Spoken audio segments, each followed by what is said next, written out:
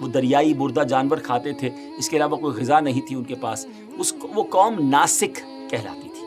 حضرت ذوالقرنین نے ان کو دین کی دعوت دی، اسلام کی دعوت دی، کچھ لوگ تو ایمان لائے اور کچھ لوگوں نے آپ کے ساتھ جنگ بھی کی اور پھر وہ آخرکار بے بس ہو گئے۔ اس کے بعد اب باری ہے آپ کے سیکنڈ ٹرپ کی۔ اب یہ سفر ایسٹ کی طرف تھا، یہاں تک کہ چلتے چلتے آپ اب ایسی جگہ پہنچ گئے جہاں سے سن رائز ہوتا تھا، سورج طلوع ہونے کی جگہ پہنچے۔ تو اب ایسی جگہ دیکھا آپ نے کہ ایک ایسی قوم ہے جن کے پاس کوئی عمارت اور مکانات نہیں ہیں۔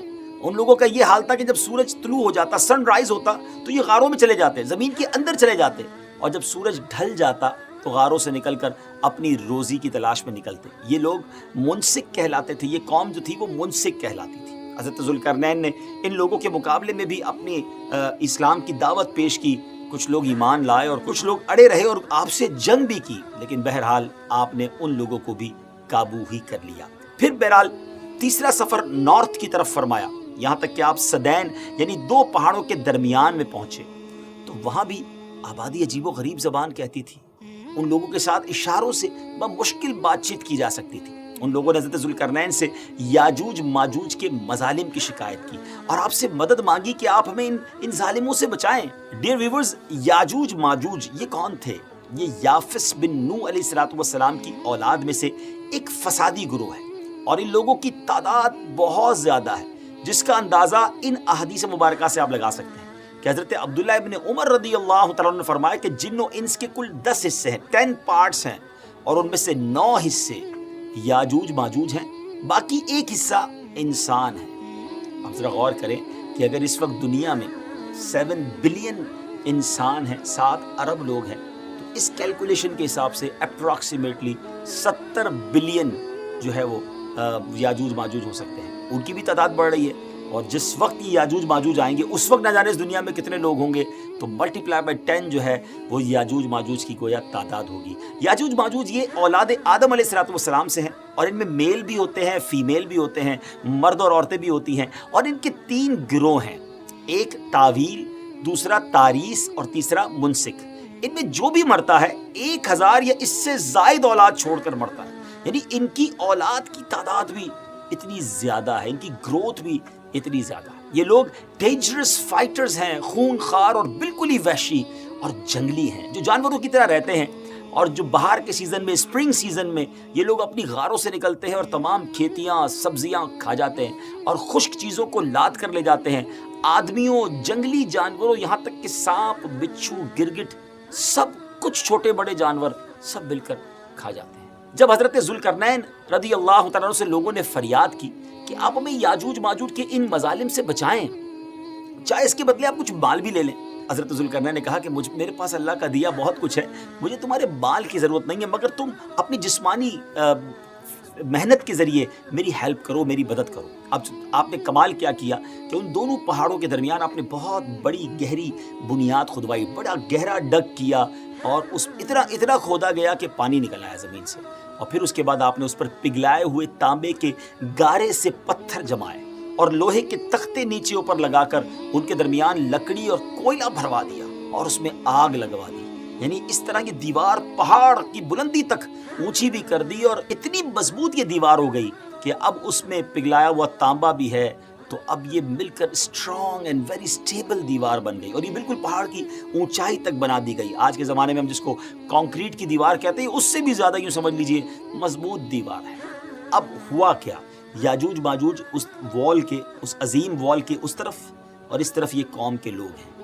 اب حدیث پاک میں ہے کہ یاجوج ماجوج روزانہ اس دیوار کو توڑتے ہیں، daily they are trying to demolish this wall, مگر ہوتا کیا ہے، دن بھر جب محنت کرنے کے بعد اس کو توڑنے کے قریب پہنچ جاتے ہیں تو ان میں سے ایک کہتا ہے کہ چلو اب کل توڑیں گے، لیکن اللہ کی شان دوسرے دن یہ دیوار اس سے زیادہ مضبوط بھی ہو جاتی ہے اور کمپلیٹ بھی ہو جاتی ہے، دوبارہ پوری ہو جاتی ہے۔ جب دوبارہ دیوار ٹوٹنے کا وقت آتا ہے دوسرے دن، تو پھر کوئی کہتا ہے کہ چلو پھر توڑیں گے، دوسرے دن پھر ایسا ہی ہوتا ہے۔ یہ ایسا ہوتا جا رہا ہے، مگر ایک دن آئے گا جب اللہ کی یہ رضا ہوگی کہ قیامت سے پہلے یہ باہر نکلیں، تو انہی میں سے کوئی شخص کہے گا کہ انشاءاللہ کل اس دیوار کو توڑیں گے، اور جب دوسرے دن وہ آئیں گے تو وہ دیوار وہیں تک ہوگی، انشاءاللہ کی برکت ظاہر ہوگی اور یہ دیوار ٹوٹ جائے گی، اور پھر یہ ان کا خروج ہوگا۔ نبی پاک علیہ الصلوۃ والسلام کے فرمان کا مفہوم ہے کہ قیامت قائم نہ ہوگی یہاں تک کہ یاجوج ماجوج نہ آ جائے۔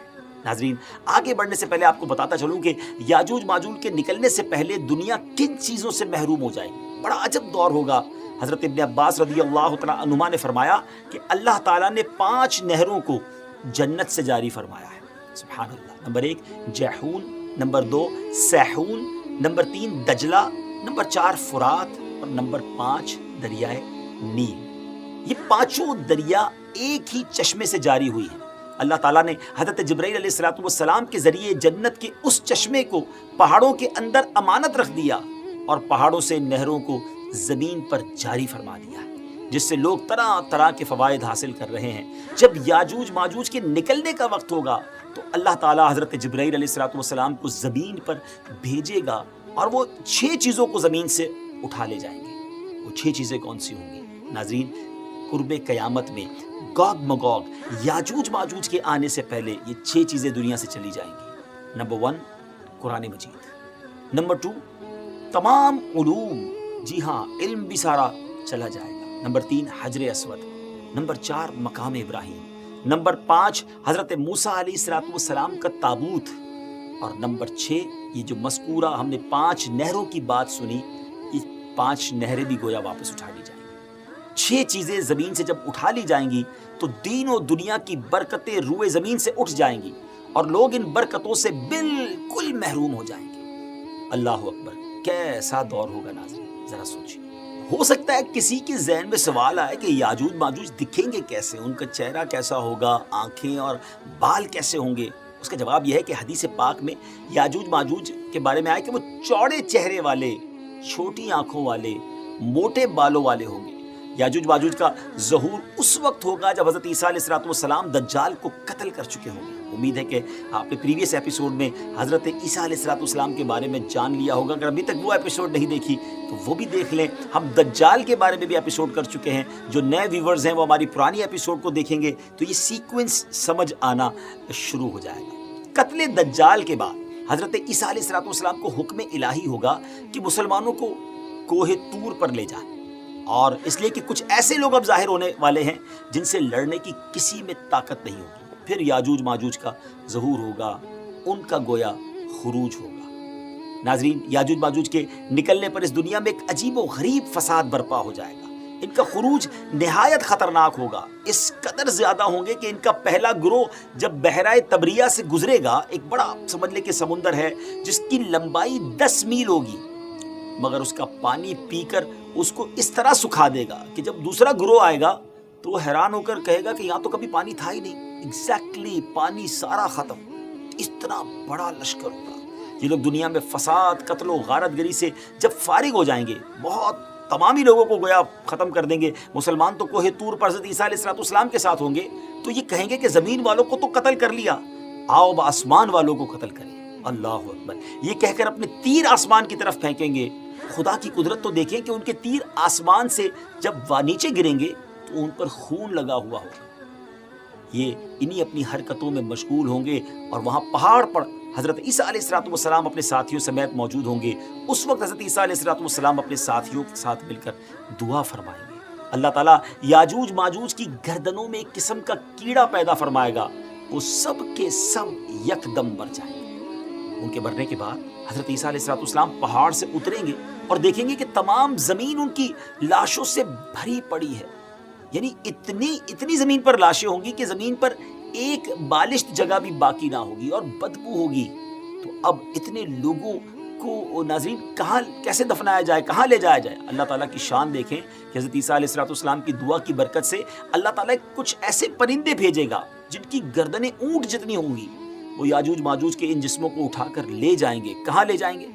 جہاں اللہ چاہے گا۔ اللہ اکبر۔ ابھی ان کی ظلم و زیادتیوں کی سزا مکمل نہیں ہوگی۔ یاد رکھیے کہ یہ تو ان کو دنیا میں ملنے والی سزا ہے نا، ان کو جہنم میں بھی دردناک عذاب دیا جائے گا، کیونکہ ان کے کثیر گناہ ہیں۔ ایک تو یہ کہ انہوں نے ظلم، زیادتی، قتل و غارت گری کا بازار گرم کیا ہوگا، اور دوسرا یہ کہ ایمان بھی نہیں لائے تھے۔ حالانکہ ان کو ایمان کی دعوت دینے ہمارے پیارے آقا علیہ السلام تشریف لے گئے تھے۔ جی ہاں، حضرت ابن عباس رضی اللہ تعالیٰ عنہ فرماتے ہیں کہ نبی پاک علیہ الصلوۃ والسلام نے فرمایا کہ معراج کی رات اللہ تعالیٰ نے مجھے یاجوج ماجوج کو دعوت اسلام دینے کے لیے بھیجا۔ نبی پاک فرماتے ہیں میں ان کے پاس گیا، میں نے ان کو اللہ کی طرف بلایا، عبادت کی دعوت دی، مگر انہوں نے میری دعوت کو جھٹلا دیا، انکار کیا۔ اور آقا فرماتے ہیں کہ یہ اللہ تعالیٰ کے نافرمان بندوں اور اولاد ابلیس کے ساتھ دوزخ میں جائیں گے۔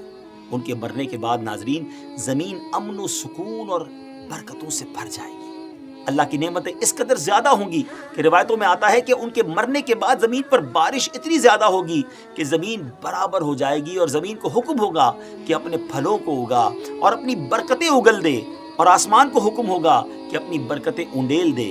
تو برکت کا یہ عالم ہوگا کہ ایک انار کو ایک گروہ کھا سکے گا، اور دودھ میں یہ برکت ہوگی کہ ایک اونٹنی کا دودھ جماعت کو کافی ہوگا، اور ایک گائے کا دودھ پورے قبیلے کو کافی ہوگا، اور ایک بکری کا دودھ پورے خاندان کو کافی ہوگا۔ گویا ہر چیز میں برکتیں آ جائیں گی۔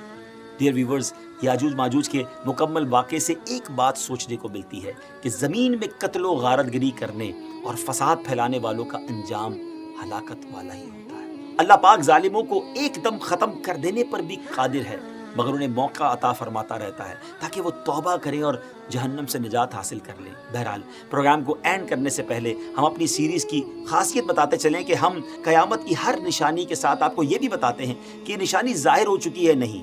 تو ویورز، یاجوج ماجوج قرب قیامت میں حضرت عیسیٰ علیہ السلام کے نزول کے بعد والے زمانے میں ظاہر ہوں گے۔ اللہ پاک سے دعا ہے کہ اللہ پاک ہمیں دین اسلام کی تعلیم پر عمل کرنے کی توفیق نصیب فرمائے۔ اگلے ایپیسوڈ میں قیامت کی ایک اور نشانی لے کر حاضر ہوں گے۔ ہمیں اپنی دعاؤں میں یاد رکھیے گا۔ السلام علیکم ورحمۃ اللہ وبرکاتہ۔